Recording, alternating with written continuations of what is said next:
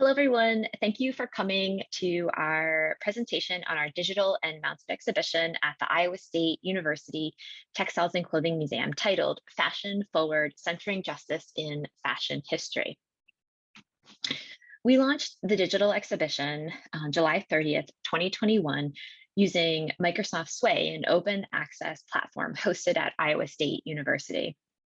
If you would like to visit the full digital exhibition and its interactive elements, please scan the QR code or check out the link. The mounted exhibition is in the Mary Alice Gallery at Iowa State University, and it runs from October 1, 2021 until January 15th, 2022.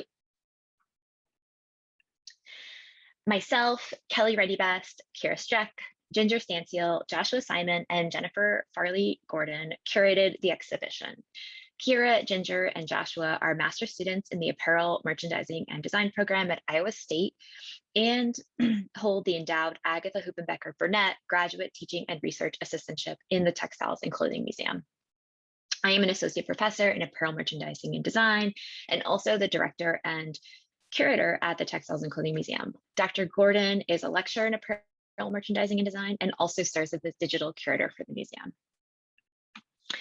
The concept for this exhibition originated from the development of our museum's new mission statement, which centers commitments to social justice and intersectionality in the study of fashion history.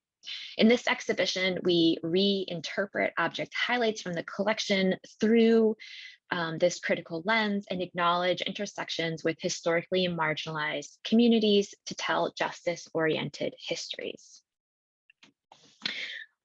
A number of museums and institutions have aligned with the hashtag Museums Are Not Neutral movement, which promotes the idea that museums operating and collecting policies are rooted in colonial oppressive practices, which are linked to broader systemic societal issues.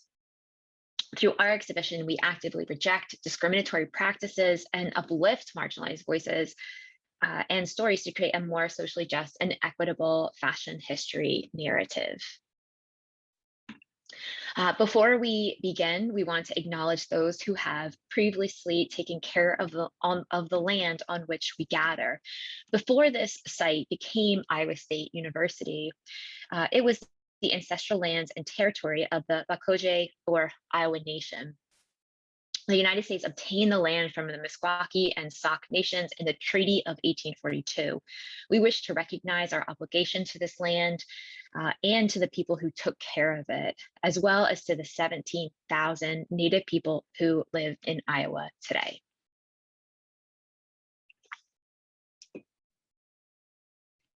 In this exhibition, we analyzed 20 objects selected from the 2013 published exhibition catalog, Treasures of the Textiles and Clothing Museum.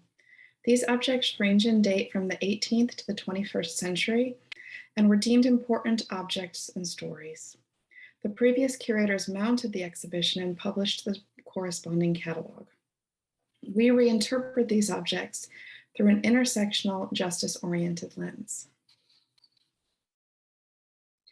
We identified 6 themes: cultural appropriation and imperialism, racial inequities, socio-economic and class barriers, environmental justice, women and feminism, and shifting masculinities. In this presentation, we will highlight 1 to 2 objects per theme.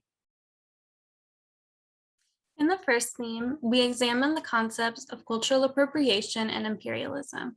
Cultural appropriation refers to the taking, borrowing, reframing, and/or utilizing of creative expressions from one cultural group by another, without giving credit to the source community, the significance of the design to the community, and/or how similar the new design is to the community's design.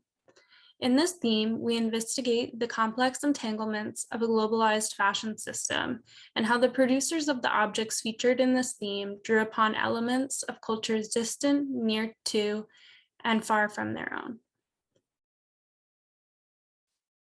In this theme, we reinterpret a textile sample designed by William Morris, dating to the late 19th century. This textile sample exemplifies chintz fabrics of the time period, which can be seen in this chintz jacket from the 18th century.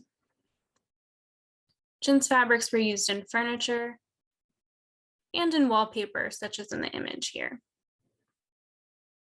Scholars argue that what is now called chintz in the United States and Europe originated in either India or Egypt at least 2,000 years ago. Chintz, or as it is known in India, kalamkari, became incredibly popular in Europe, particularly Britain. To satisfy European consumers, Indian artisans began tailoring the print to fit European aesthetics. William Morris, the designer of this sample, began his textile company in 1861, and he quickly became a leading British textile designer. Despite the textile's origins in Indian artistry, chintz has colloquially become associated with British culture and design aesthetics, and the romanticization of the British countryside, hence whitewashing and flattening the textile's ancient and complex history. In the next theme, we examined objects with heightened attention to racial inequities. Racial inequity is prevalent in social systems throughout history, including Western fashion. White supremacy has led to extreme violence against people of color, such as enslavement, lack of credit and representation, intergenerational theft or destruction of property, increased emotional labor, and bodily harm or death. The stories we tell of the objects within this theme highlight these inequities through the lens of fashion. In many cases, the provenance of these objects also highlights the pronounced overrepresentation of material culture connected to the white and well-to-do within museum collections. Eric C. Wilson, a white-appearing former University of Iowa student, wore this Olympic sweater and cap to the 1924 Summer Olympics at the Paris, France opening ceremony. He competed for Team USA in the 400-meter dash amongst 3,088 athletes across all of the competing countries, of which only 135 were women. Wilson's track and field teammates D. Hart Hubbard, pictured on the right, and Ned Gordon, pictured on the left, were American broad jumpers and won gold and silver respectively. The stories and objects of marginalized individuals like Hubbard and Gordon often have been neglected. The Ted Stevens Act of 1978 aided in addressing some Olympic team inequities, spurring more women and people of color to be accepted onto Team USA, but notably did not extend to LGBTQ+ identifying athletes who still experience exclusion and discrimination in many sports today. We also examined objects with heightened attention to socioeconomic and class barriers. Crits, or those who engage with critical race theory, are skeptical of and often reject Western capitalism because it creates winners and losers in society. This concept of socioeconomic class affects museums' historical collection practices of seeking out high-quality, lavish objects owned or worn by wealthy individuals. Through the object stories within this theme, we decenter this dominant high socioeconomic class narrative by focusing on the class barriers faced by many individuals when fashioning the South. Concentrating on concepts such as informal economies and do-it-yourself DIY practices uplifts the stories of individuals with a lower socioeconomic status or those living in poverty, who tend to disproportionately be people of color, queer folks, those who practice religions other than Christianity, and other individuals facing multiple marginalizations. This circa 1885 wedding dress in the exhibition features long sleeves, a bustle, and was worn with a corset. Throughout history, North American and some European women have opted for quality, fashionable dresses that can be worn more than one occasion, such as this ensemble. Mary Makepeace Nichols wore this dress in a ceremony officiated by Henry Ward Beecher, the famous pastor and abolitionist. In doing so, she followed in that tradition of practicality. While contemporary United States society thinks of white wedding gowns as a long-standing tradition, Queen Victoria popularized the wearing of white for weddings in her 1840 wedding. She's featured on the left alongside Prince Albert in this illustration documenting their wedding day. The image on the right is a close-up of Queen Victoria's wedding dress on display in Kensington Palace in London, England. It wasn't until the 1950s that white wedding dresses became popular amongst all social classes, with many Western brides during the first half of the 20th century opting for the ensembles that could be worn multiple times. However, many modern brides are now rejecting these traditional Western standards and opting for their wedding ensemble to embody personal preferences while showcasing changing societal views on marriage and weddings. The couple featured here embodies this concept, as the person on the right wears a purple floor-length dress, and the person on the left is in a white suit. They're also both holding floral bouquets, which are typically reserved for white dress-wearing brides. In our next theme, we examined objects with attention to issues related to environmental justice. Activists at Green Action define environmental racism as the disproportionate impact of environmental hazards on people of color. Fashion brands, retailers, and manufacturers in the fashion system are some of the leading contributors to environmental justice issues, as they often pollute waterways with toxic dyes and other discarded materials near low-income housing or neighborhoods and communities of color in the US and other countries around the world. While these issues continue today, a long history exists of fashion producers and distributors destroying the environment and negatively impacting the surrounding communities. In this theme, we explore environmental racism of the past and center environmental justice in the pursuit of safe living spaces for low-income and communities of color. Featured in the exhibition is this collage from the late 18th century. Although we are unsure of the green pigment chemistry used on this collage, in the 18th and 19th centuries, dyers often used arsenic dust as green, yellow, red, magenta, and cerulean pigments on clothing, furniture, wallpaper, and toys. Scientists established the dangers of using arsenic pigments by the early 19th century, but Paris green and similar compounds remained popular through the end of the 1800s. These two images depict the environmental and health dangers of green arsenic dyes during the 19th century.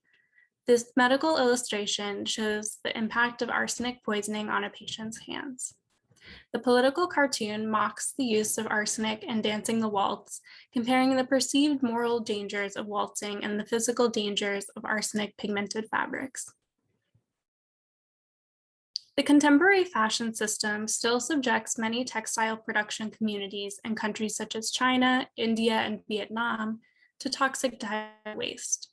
This exposure perpetuates environmental racism as these vulnerable communities experience high instances of poisoning and birth defects as a result of the toxic waste.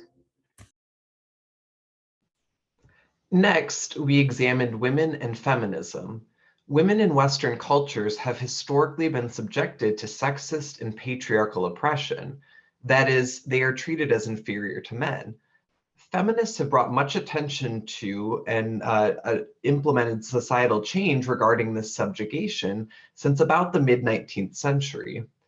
Women with compounding marginalizations, such as women of color or those who are queer, disabled, working class, or without US citizenship, have not historically had their needs considered in mainstream, white, heteronormative, ableist, and middle or upper class feminism among citizens. Through the objects we feature in this theme, we illustrate past efforts to combat women's oppression and aim to center intersectionally marginalized women's positions in society. We featured this lingerie dress from circa 1905 in this theme. White was a prominent color worn by suffragettes who participated in protests and marches, with some wearing lingerie dresses or thin day dresses that were intricately decorated, that were similar to this circa 1905 example, and others wearing white suit ensembles. Suffrage efforts proved successful, with some women becoming eligible to vote in 1920. Black, Indigenous, and women of color were barred from voting due to a variety of laws and discrimination targeting specific races, ethnicities, and people who could not read or write the English language. Some intersectionally marginalized women were still prevented from voting over 50 years after their white, English-speaking women counterparts began voting, issues which continue into the 21st century. Recently, Congresswomen have worn white ensembles to several State of the Union addresses in a visual demonstration of solidarity that references the wearing of white by suffragettes. These two images represent demonstrations for women's suffrage and women's rights 107 years apart. The image on the left depicts US Democratic Congresswomen wearing white at President Trump's State of the Union address in 2019, and the image on the right shows the Women's Political Union March for Suffrage in 1912.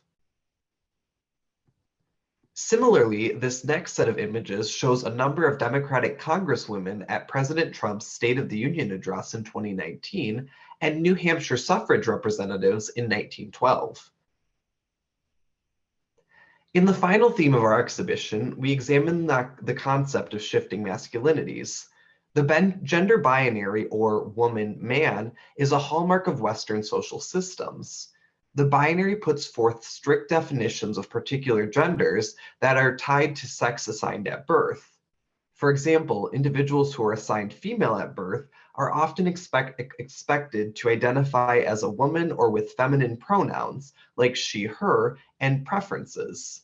In this theme, we focus on conceptions of masculinity and how they have varied throughout time in Western contexts.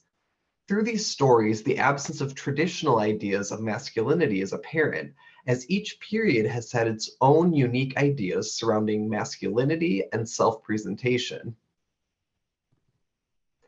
The final object, a tailor-made from circa 1910, exemplifies societal shifts in traditional gendered dress. Drawing influence from men's suits, some tailor-mades, or a woman's two-piece ensemble, a tailored outfit consisting of a jacket and skirt with a blouse worn under the jacket, in the late 19th and early 20th centuries, blurred the boundaries between masculinity and femininity. Considering this, tailor-mades may have been thought of by some as the uniform of the independent working woman. Despite period controversy surrounding tailor-mades, the mannish mode continued in various forms for several decades into the 20th century, notably in the 1930s. These three images showcase examples of women in traditionally masculine silhouettes and styles, such as neckties, double-breasted coats, and tailor-mades. The left and middle image demonstrate the popular styles in fashion magazines in the 1930s, while the image on the right from Vogue shows early 20th century tailor-mades.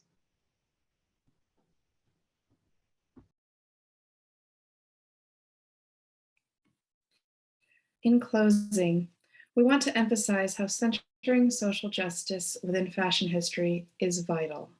The stories in this exhibition are just a few of the many often omitted from dominant narratives about the history of fashion. Countless voices and stories still have yet to be heard, but many museums are making important shifts towards centering justice in their exhibitions, online content, and guiding principles. We hope to inspire you in the future to continue thinking about representation of marginalized experiences and to take action in promoting equity. For access to our full reference list, please visit the digital exhibition website.